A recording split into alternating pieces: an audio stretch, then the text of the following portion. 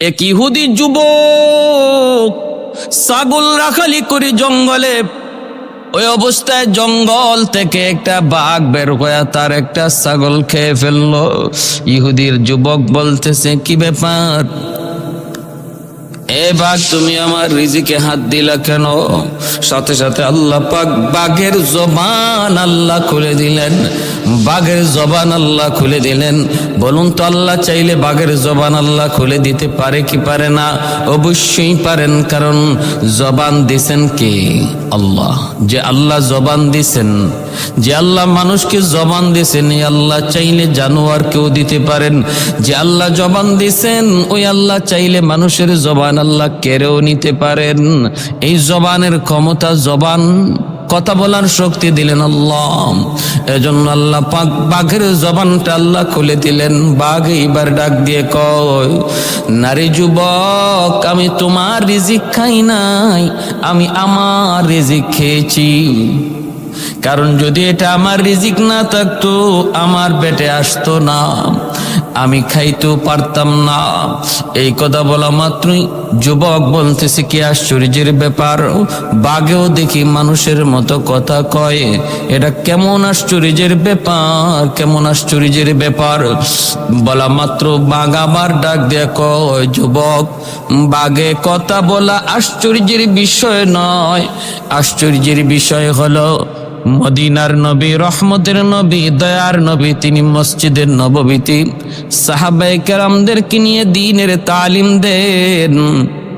দয়ার নবী, মায়ার নবী, মানুষকে মানুষ বানান। মার গর্ভ থেকে দুনিয়ায় আসলে পরেই মানুষ হওয়া যায় না, মানুষ হতে হয়। সন্তান জন্ম দিলেই মানুষ বানানো যায় না, তারে মানুষ বানাইতে হয়। আর মানুষ বানানোর, মানুষ হওয়ার তরিকা হলো বিশ্ব নবীর আদর্শ, আমার নবীর আদর্শ। আমার নবীর আদর্শ একমাত্র মানুষকে মানুষ বানাইতে পারি, নতুবা নামে মানুষ হয়, কাজে কর্মে জানোয়ার হায়ওয়ানে পরিণত হয়ে যায়। আজকে অমুসলিমগুলির মধ্যে নামে মানুষ রয়েছে, খ্রিস্টান ইহুদিরা নামে মানুষ, কিন্তু প্রকারে ওরা হায়ওয়ানের চেয়েও খারাপ। একটা হায়ওয়ান যা করে, মানুষ হয়ে যদি তাই করে, সে হায়ওয়ানের চেয়েও নিকৃষ্ট। কারণ হায়ওয়ান তো অপরাধ করে না যাই না, না বুঝা। মানুষ তুমি যাই না বুঝা, বিবেক থাকার পরেও যদি হায়ওয়ানের মতো অপরাধ করো, তাহলে তুমি হায়ওয়ানের সমান নও, বালহুম আদল। আল্লাহ বলেন, সে হায়ওয়ানের চেয়েও বেশি নিকৃষ্ট। জঙ্গলের বাঘটা ডাক দিয়ে কয়, রে যুবক, আমার কথা বলাটা আশ্চর্যের বিষয় নয়। আশ্চর্যের বিষয় হলো, দ্বীনের নবী মানুষকে মানুষ বানায়, আর তুমি জঙ্গলে ছাগল রাখালি করো। এটা এর চেয়েও বড় আশ্চর্যের বিষয়। কেন তুমি নবীর দরবারে যাও না? এটা আশ্চর্যের বিষয়, আমার কথা বলার চেয়েও বেশি। বলা মাত্রই যুবক কয়, হায় হায় হায়, এ কেমন নবী, এ কেমন নবী, যেই নবীর দরবারের সংবাদ আমাকে জঙ্গলের বাগে দিল। না না, আর আমি এখানে থাকতে পারি না, অবশ্যই নবীর দরবারে যাওয়া লাগবে। এইবার যুবক বলতেছে, আমি তো যেতে চাই, কিন্তু আমার ছাগলগুলি রাখালি করবে কি? আমার ছাগল রাখালি করবে কি? আমি যদি নবীর দরবারে যাই, আমার ছাগল রাখালি করবে কি? বাঘ তখন ডাক দিয়া বলে, কোনো টেনশন নাই, টেনশন করো না, আমি তোমার ছাগলের পাহারাদারি করব। কেমন কথা কয় যুবক, বলে, হ, তোমার কাছে আমি ছাগলগুলি দিয়ে যাব। আমি পাগল হয়েছি, আমি বুঝি পাগল হয়েছি, পাগল। আমার মাথায় বুঝি কোনো বুদ্ধি নাই। একটা ছাগল খেয়ে ফেলেছ, আমি বলেছিলাম কেন খাইছো? তুমি বলো এটা তুমি তোমার রিজিক খাইছো। এখন যদি ছাগলগুলি তোমার কাছে দিয়া যাই, তাহলে শিয়ালের কাছে মুরগি বাগি দেওয়ার অবস্থা হবে। আইসা দেখবো, এসে দেখবো তোমার কাছে একটা ছাগল নাই। যদি বলি কি করলা, তুমি বলবা তোমার রিজিক তুমি খাইছ। বাঘ বলতেছে, রে যুবক, মুখ সামলায় কথা বলো, তোমরা মানুষ, তোমরা তোমাদের ওয়াদা খেলাফি করতে পারো, কিন্তু আমরা হাইওয়ান হলেও ওয়াদা খেলাফি জানি না, ওয়াদা খেলাফি জানি না। মানুষ হইয়া তোমরা ওয়াদা খেলাফি করতে পারো, টিন দেওয়ার কথা কইয়া দিতে না পারো, রাস্তা করবার কথা কইয়া তোমরা না করতে পারো, ব্রিজ বানাইতে যাইয়া রডের বদলা বাঁশ ঢুকাইতে পারো, এটা তোমাদের কাজ। কিন্তু আমরা হাইওয়ান হলো কথা ঠিক, জবান ঠিক, যা বলি তা রাখি। আমাদের জবানে কোনো ধরনের কোনো দুষ্কি নেই, ছলচাতুরি নেই, গাদ্দারি নেই। 100 বিশ্বাস করতে পারো আমার উপর, 100 কোনো টেনশন নাই, চিন্তার কোনো কারণ নাই। আমি হায়ওয়ান, আমি তোমাকে ওয়াদা দিলাম সবগুলি ছাগল আমানত পাবে। একটা ছাগল আমাকে মজুরি বাবদ তুমি দিয়ে যেতে পারো একটা, আমি যে তোমার ছাগলগুলি পাহারাদারি করব, রাখালি করব, আমাকে একটা ছাগল দিয়ে যাও আমার খাওয়ার জন্য। যুবক বলে হ দিয়ে দিলাম, যাও একটা ছাগল তোমারে দিয়ে দিলাম, বাকিগুলি তোমার কাছে আমানত, কোনো অসুবিধা নাই, যেতে পারো।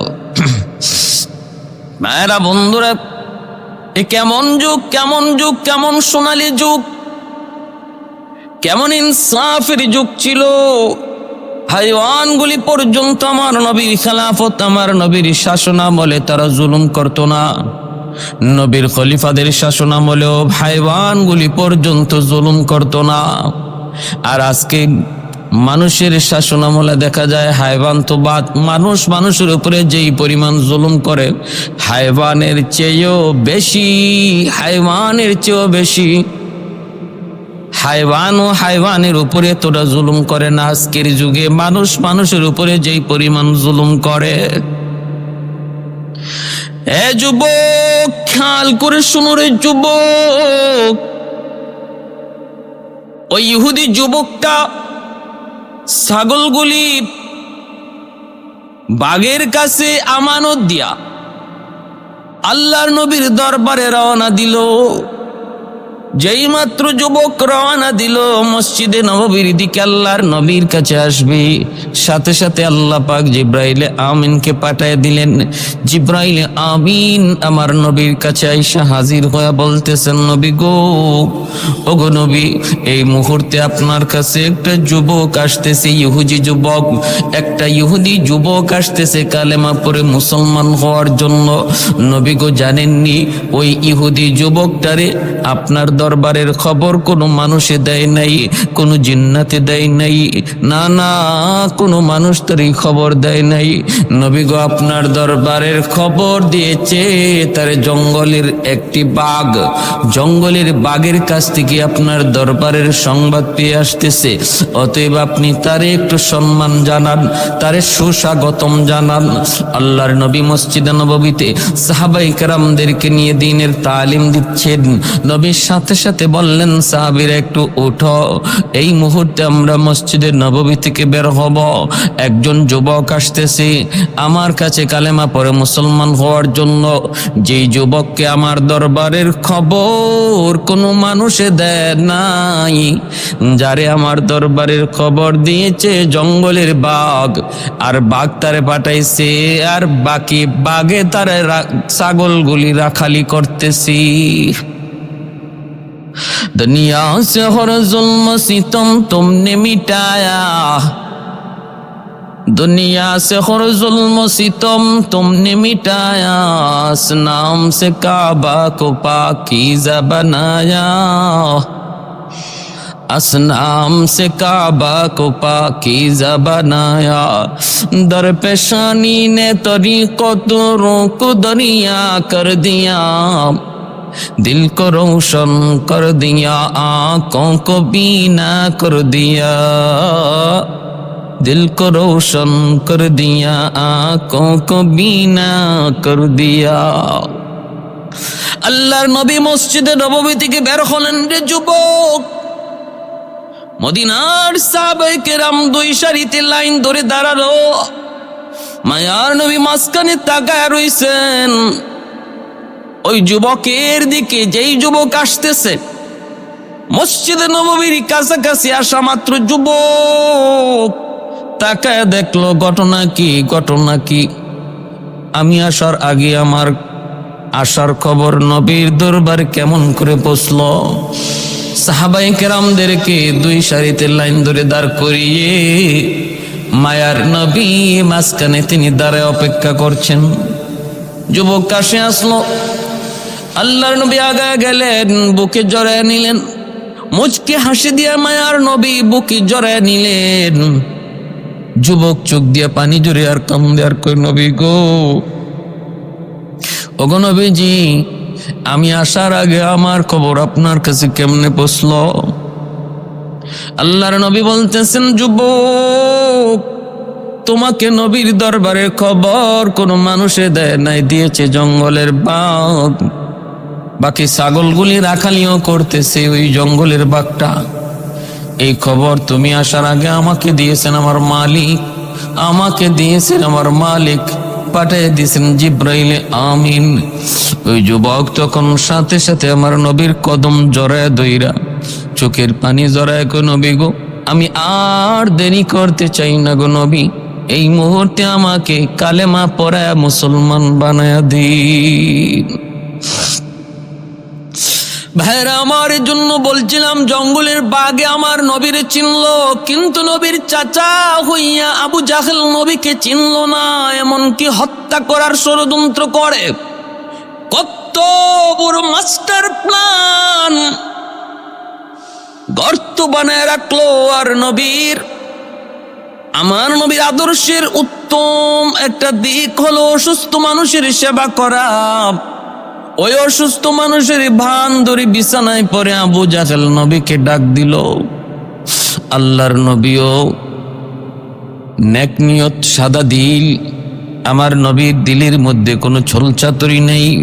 মায়ার নবী বের হয়ে গেলেন চাচাকে দেখতে। কাছাকাছি চলে আসলেন, অল্প কয়েকটা কদম দিলে পরে মায়ার নবী ওই গর্তে পড়ে যাবেন।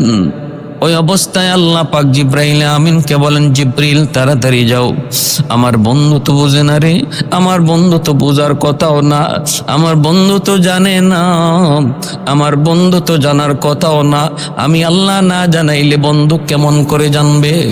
যাও জিব্রাইল তাড়াতাড়ি যায় বলো আমার বন্ধুকে সামনে যেন আর একটা কদমও না বাড়ায়, ঘটনা তুমি খুলে বলে দিও। জিব্রাইল আমিন এসে হাজির। আল্লাহর নবীকে জিব্রাইল আমিন কানে কানে বলে দিলেন। আবু জাহেলের লোকগুলি জিব্রাইলকে দেখলেন না, অদৃশ্য নিরাকার হইয়া কানে কানে বলে দিলেন, নবী গো আর কদম দিয়েন না, একটা কদমও সামনে দিয়েন না গো নবী, কারণ আপনি যা ভাবতেছেন ঘটনা তা নয়। আপনি যেমন সাদা দিলের মানুষ, আবু জাহেল কিন্তু এমন সাদা দিলের না।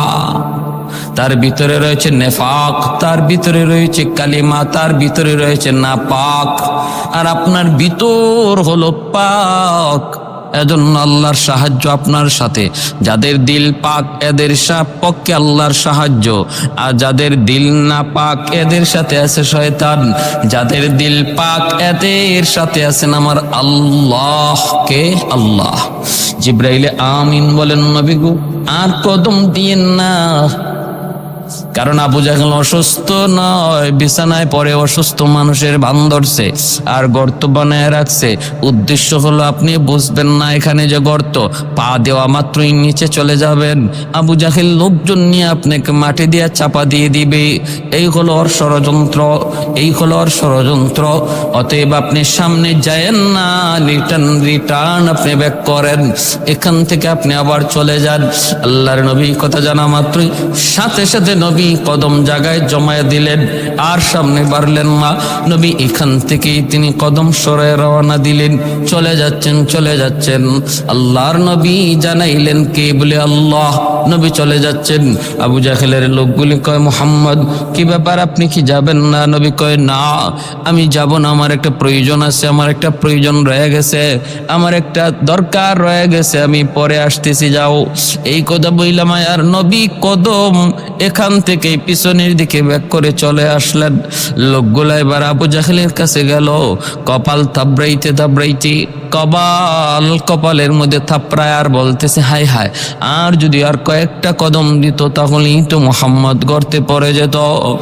এ দুশমনের দল, তোমরা যত ষড়যন্ত্র করো, আমার আল্লাহর ষড়যন্ত্র, আমার আল্লাহর কৌশলের কাছে কিছুই না। ওয়ামাকারু ওয়ামাকারাল্লাহ ওয়াল্লাহু খায়রুল মাকিরিন।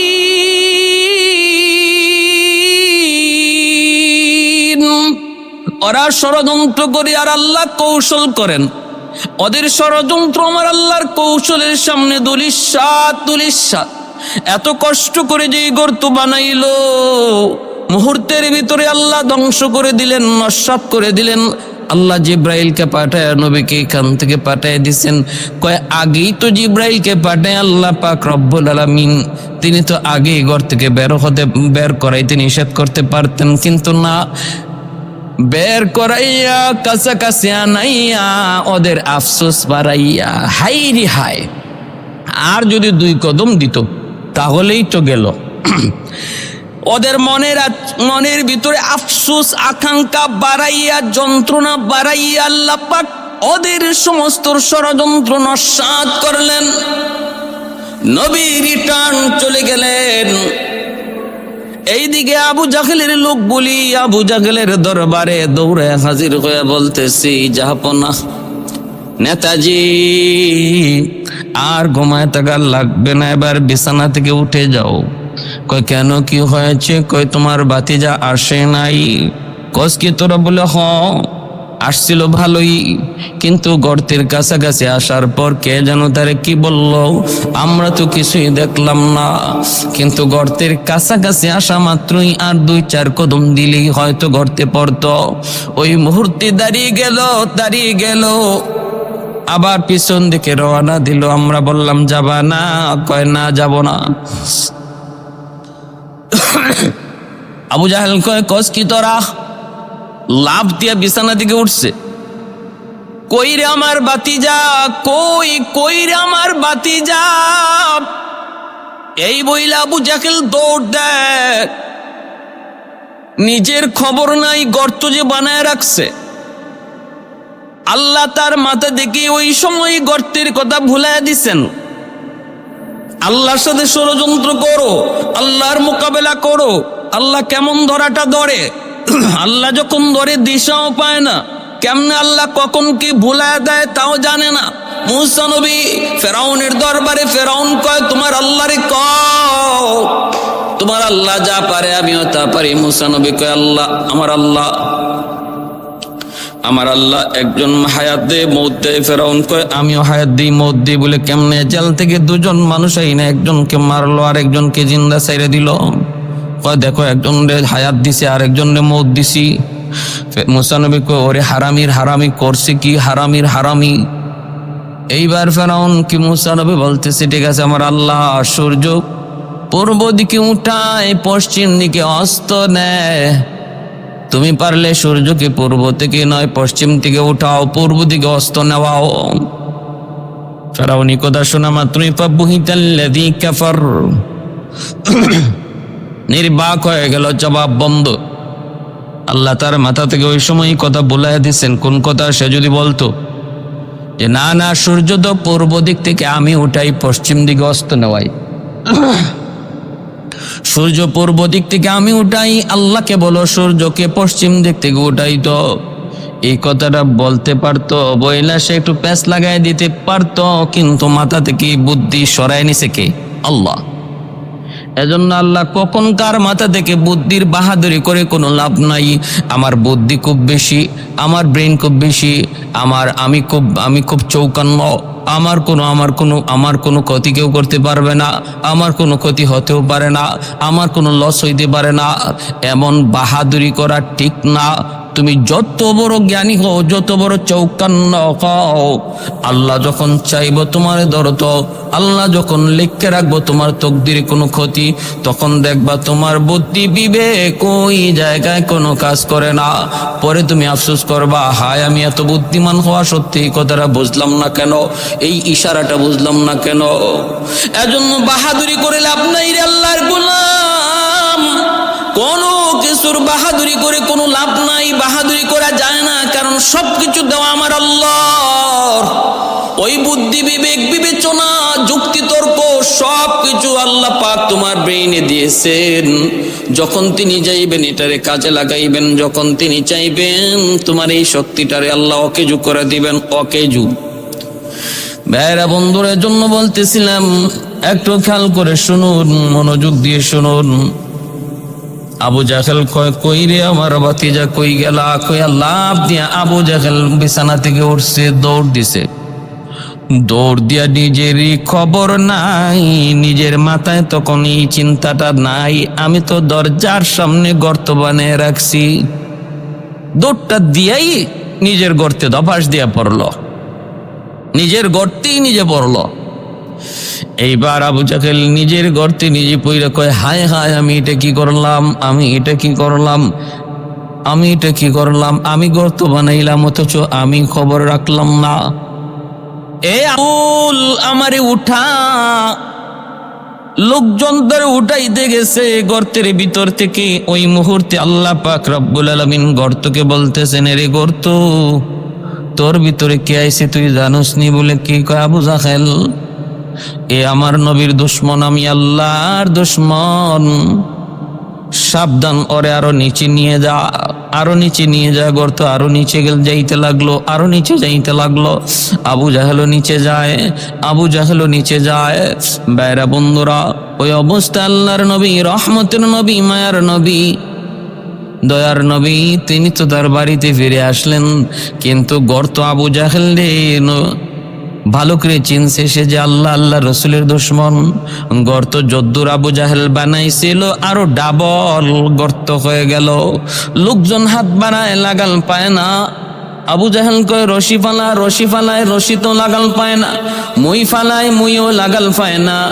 আবু জাহেল তখন কয়, কি রে, আমি তো এত বড় গর্ত বানাই নাই, এত গভীর আমার গর্ত নয়, তাহলে এত গভীরে কেমনে পুষলাম?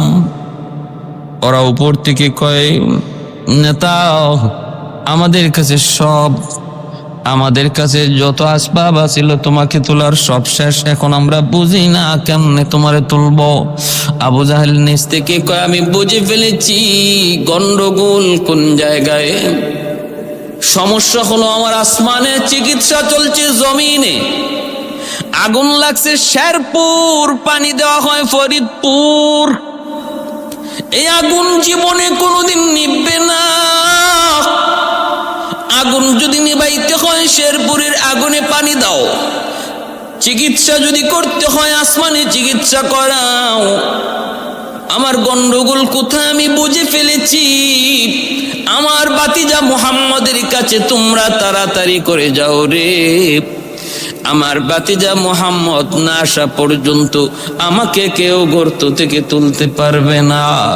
লোকগুলা নবীর কাছে চলে আসলো, এই সেই ডাক দিয়া বলতেছে, মুহাম্মদ, মুহাম্মদ, তোমার চাচা আবু জাহেল গর্তে পড়ে গেছি, এখন তারে তুলতে পারি না, কোনোভাবেই তুলতে পারি না। আমাদেরকে পাঠাইছে তোমার সহযোগিতার জন্য, তুমি তোমার চাচাকে তোলার জন্য একটু সহযোগিতা করবানি। আমার নবী, রহমতের নবী, দয়ার নবী, তিনি তখনও রাজি হয়ে গেলেন। অথচ নবী ভালো করে জানেন এই গর্তটা বানাইছিল আমার নবীকে খতম করার জন্য, আজকে ওই গর্তে নিজেই পড়ল। এই কথা জানার পরেও মায়ার নবী বলেন, চলো আমাকে নিয়ে চলো, আমি আমার চাচাকে উদ্ধার করতে সাহায্য করব। সুবহানাল্লাহ। শাফি'ে রোজে জাযা ও খতিবে আম্বিয়া, शाफ़िअ रोज़ जज़ा व ख़तीब अंबिया साहिब हौज़ लिवा ज़िल खुदा रोज़ अतीद साहिब हौज़ लिवा ज़िल खुदा रोज़ अतीद साहिब असरार ऊना मुस अकबर बरमला इल्म उ अज अव्वलिनो आखिरी अंदर मजीद इल्म उ अज अव्वलिनो आखिरी अंदर मजीद रहमतुल लिल आलमी खन दश खुदावंद करीम खल्को खुल्को कौलो फ़िअलो हदियो सिमते उ हमीद खल्को खुल्को कौलो फ़िअलो हदियो सिमते उ हमीद। मायार नबी दयार नबी চললেন আবু জাহেলকে সহযোগিতা করবেন। এই আল্লাহর নবী রহমতের নবী গর্তের কিনারা থেকে ডাক দিয়ে বলতেছেন, চাচা যান, খবর কি? আবু জাহেল গর্তের ভিতর থেকে ডাক দিয়া কয়, ভাতিজা তুমি তো জানোই, তুমি তো ভালো করে জানো, সব তো তুমি জেনে গেছো, সব তো তোমার আল্লাহ তোমারে জানাইয়া দিচ্ছে রে ভাতিজা। আমার বুঝ হয়ে গেছে, কারণ আমি এত গভীর কোনো গর্ত বানাই নাই রে। তোমাকে খতম করার জন্য যেই গর্ত বানাইছিলাম এটা তো আরো কম গভীর ছিল। এখন আমি এর ভিতরে পড়ার পরে দেখতে পেলাম গর্ত আরো ডাবল বেশি গভীর হয়ে গেছে। এ ভাতিজা আমার বুঝ হয়ে গেছে, তোমার আল্লাহ তোমারে সব জানাই দিচ্ছে আর আমারে ধরছে, তোমারে বাঁচাইছে। ইন্না বাতুশা রাব্বিকা লাশাদীদ, আল্লাহ যারে ধরে কেউ তারে ছাড়াইতে পারে না। ফেরাউন রে আল্লাহ ধরছে, মুসা নবীর আল্লাহ বাঁচাইছে। নীল দরিয়ার পানি একই রাস্তা দিয়া মুসা নবী পার হয়ে গেছে, ফেরাউন ডুইবা মরছে। একই গর্ত, যেই গর্ত নবীর জন্য বানাইছিল, আল্লাহ নবীরে বাঁচাইছে। আবু জাহেল রে আল্লাহ ফালাইছে। এই ক্ষমতা আল্লাহর আসেনি না নাই? ক্ষমতা আল্লাহর আসেনি নাই? আল্লাহু আলা কুল্লি শাইইন কাদির।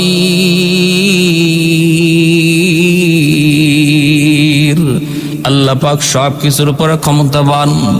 বাইরে আমার, এই জন্য আল্লাহর নবী রহমতের নবী বলতেছেন, চাচা যান খবর কি? আবু জাহেল কয়, ভাতিজা খবর তো সব দেখতাছই, এখন ওরা গর্তের এই বিশাল গর্ত দেখে আমাকে তুলতে পারে না। মই দিয়েও লাগাল পায় না, রশি দিয়েও লাগাল পায় না, হাত ধরে লাগাল পায় না। আমি তো বুঝে গেছি মামলা কোথায়। ভাতিজা তুমি ছাড়া আমাকে কেউ তুলতে পারবে না, আমার বিশ্বাস হয়ে গেছে, কেউ তুলতে পারবে না। দুনিয়ার কোনো শক্তি নাই আমাকে এই গর্ত থেকে তুলতে পারে, শুধুমাত্র তুমি ছাড়া। আল্লাহর নবী বলেন, চাচা এত দূর যখন আপনি বুঝেন, বাকিটা বুঝেন না কেন? 6000 বার আপনার কাছে দ্বীনের দাওয়াত নিয়ে গিয়েছি, কত সময় আমি মাইরও খেয়েছি, রক্ত জড়াইছেন, আমার মাথায় আঘাত করেছেন, পিছনের সব কাহিনী আমি বলে গেলাম। চাচা এখনো সময় আছে, এখনো সময় আছে। এতটুকু যখন আপনার ভাতিজাকে আপনি চিনলেন, বাকিটা বুঝতে অসুবিধা কি? আবু জাহেল তখন গর্তের ভিতর থেকে বলতেছে, ভাতিজা একটু উপরে উঠাও, ঠিক আছে সব হইব, সব কিছু হবে ঠিক মতোই, তোমার যা ইচ্ছা তা পূরণ হবে, আগে আমারে উঠাও। আল্লাহর নবী বললেন, না চাচা, এমন বহু কথা তুমি দিছ, বহু ওয়াদা তুমি করেছ, এবার তুমি ওখান থেকে ওয়াদা করো, ওঠার পরে তুমি আর কোনো ছলচাতুরি করবা না, ওঠা মাত্রই তুমি কালেমা পড়ে মুসলমান হবা। ওয়াদা করো, ওয়াদা করো, ওয়াদা করো। আবু জাহেল তখন বাঁচার জন্য তখনও মিথ্যার আশ্রয় নিল, বলতেছে, ঠিক আছে ভাতিজা, আমি ওয়াদা করলাম, আমি ওয়াদা করলাম, আমাকে উপরে উঠাও। আল্লাহর নবীকে আবু জাহেল ভালো করে জানতো ইনি নবী, এজন্যই তো লোকজন পাঠাইছে। আখনাস বিন সুরাইক জিজ্ঞেস করেছিল, আবু জাহেলের বন্ধু নেতা, একটু কন্ত মুহাম্মদ সত্য নবী না মিথ্যা নবী? আপনি রাতের অন্ধকারে মুহাম্মদের কোরআন তেলাওয়াত শুনতে যান, প্রতিদিন তার কোরআন তেলাওয়াত শুনেন, তারপরে রাতে আপনি এসে ঘুমান, অথচ মুহাম্মদ রে মানেন না। আবু জাহেল তখন বলতেছে, শোন, কথাটা তোরেই শুধু বলতেছি, আর কাউকে বলবি না। আমার ভাতিজা মুহাম্মদ সত্য, 100% সত্য, তার দিন সত্য, সে সত্য নবী, কোনো ধরনের কোনো সন্দেহ নাই। তাহলে মানেন না কেন? কয়, মানিন না শুধু এক কারণে, মুহাম্মদকে মানলে আমার নেতাগিরি চলবে না, আমার নেতাগিরি চলবে না, আমার সরদারি বাতিল হয়ে যাবে। এজন্যই শুধু মুহাম্মদকে মানতে পারি না, বাকি মুহাম্মদ যে সত্য নবী বিন্দু পরিমাণ এতে কোনো সন্দেহ নাই। এজন্যই তো আবু জাহেল ভালো করে বুঝছে, আমার ভাতিজা ছাড়া কেউ তুলতে পারবে না, কারণ আমার মামলা আসমানে, চিকিৎসা যদি জমিনে হয় কোনোদিন রোগ সারবে না। এ ভাতিজা আগে উঠাও, তারপরে আমি কথা দিলাম কালেমা পড়ব। আল্লাহর নবী, রহমতের নবী, হাত মোবারক কানা তিনি বাড়ায় দিলেন। নবীজি যখন হাত মোবারকটা বাড়ায় দিছেন, আল্লাহ পাক তখন ওই গর্তকে ডাক দিয়ে বলে, গর্তরি, তোর কাছে কে হাত পাঠাইছে? আমার বন্ধু হাত পাঠাইছে, চিনচনি। এখন আবু জাহেল লিফটের মতো তুই উপরে উঠায় দে, আমার বন্ধুর হাতে ওর হাতটা লাগায় দে। আল্লাহ পাকের হুকুমে গর্ত আবু জাহেলকে লিফটের মতো উপরে উঠায় দিল। আল্লাহর নবীর হাত মোবারক ধরলো, নবী টান দিয়ে আবু জাহেলকে উপরে উঠে নিলেন। উঠানোর পরই নবী বলতেছেন, চাচা যান, এবার আপনি একটু কালেমা পড়ে মুসলমান হইয়া দেখান, ওয়াদা রক্ষা করুন, ওয়াদা পূরণ করুন। অথচ দেখেন কত বড় বেঈমান, পড়ার সময় দেখছে সে যে নিচে যায়, ওঠার সময় দেখছে গর্ত তারে লিফটের মতো উপরে উঠায়। এত বড় মুজিজা, এত বড় নবীর মুজিজা দেখার পরও কপালে হেদায়েত নাই। নবী যখন বলেন ওয়াদা পূরণ করুন, তখনই আবু জাহেল কয়, ভাতিজা, তুমি যে এত বড় জাদুকর আমি আগে জানতাম না। নাউজুবিল্লাহ, এত বড় মুনাফিক। কই, তুমি যে এত বড় জাদুকর এটা আমি আগে জানতাম না। কি বুঝলেন? হেদায়েত কপালে নাই। হেদায়েত কি নাই? কপালে নাই। এজন্য এমন কথা বলছে, ইন্নাকা লা তাহদি মান আহবাবতা ওয়ালাকিন্নাল্লাহু ইয়াহদি মান ইয়াশা। আমার নবী ভীষণ কষ্ট পেলেন, ভীষণ মর্মাহত হলেন।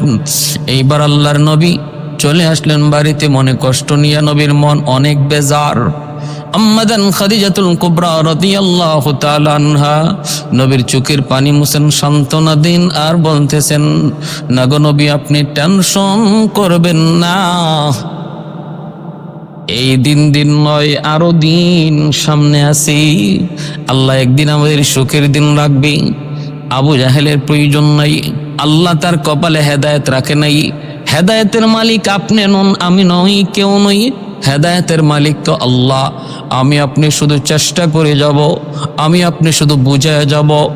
বোঝানোর দায়িত্ব আমাদের। কার কপালে হেদায়েত জুটবে, কার কপালে জুটবে না, এই খবর আল্লাহর হাতে। ওয়াজ নসিহত করা উলামায়ে কেরামের কাম। কার দিল নরম হবে আর কে নামাজি হবে সেটা জানেন কি? আমার আল্লাহ।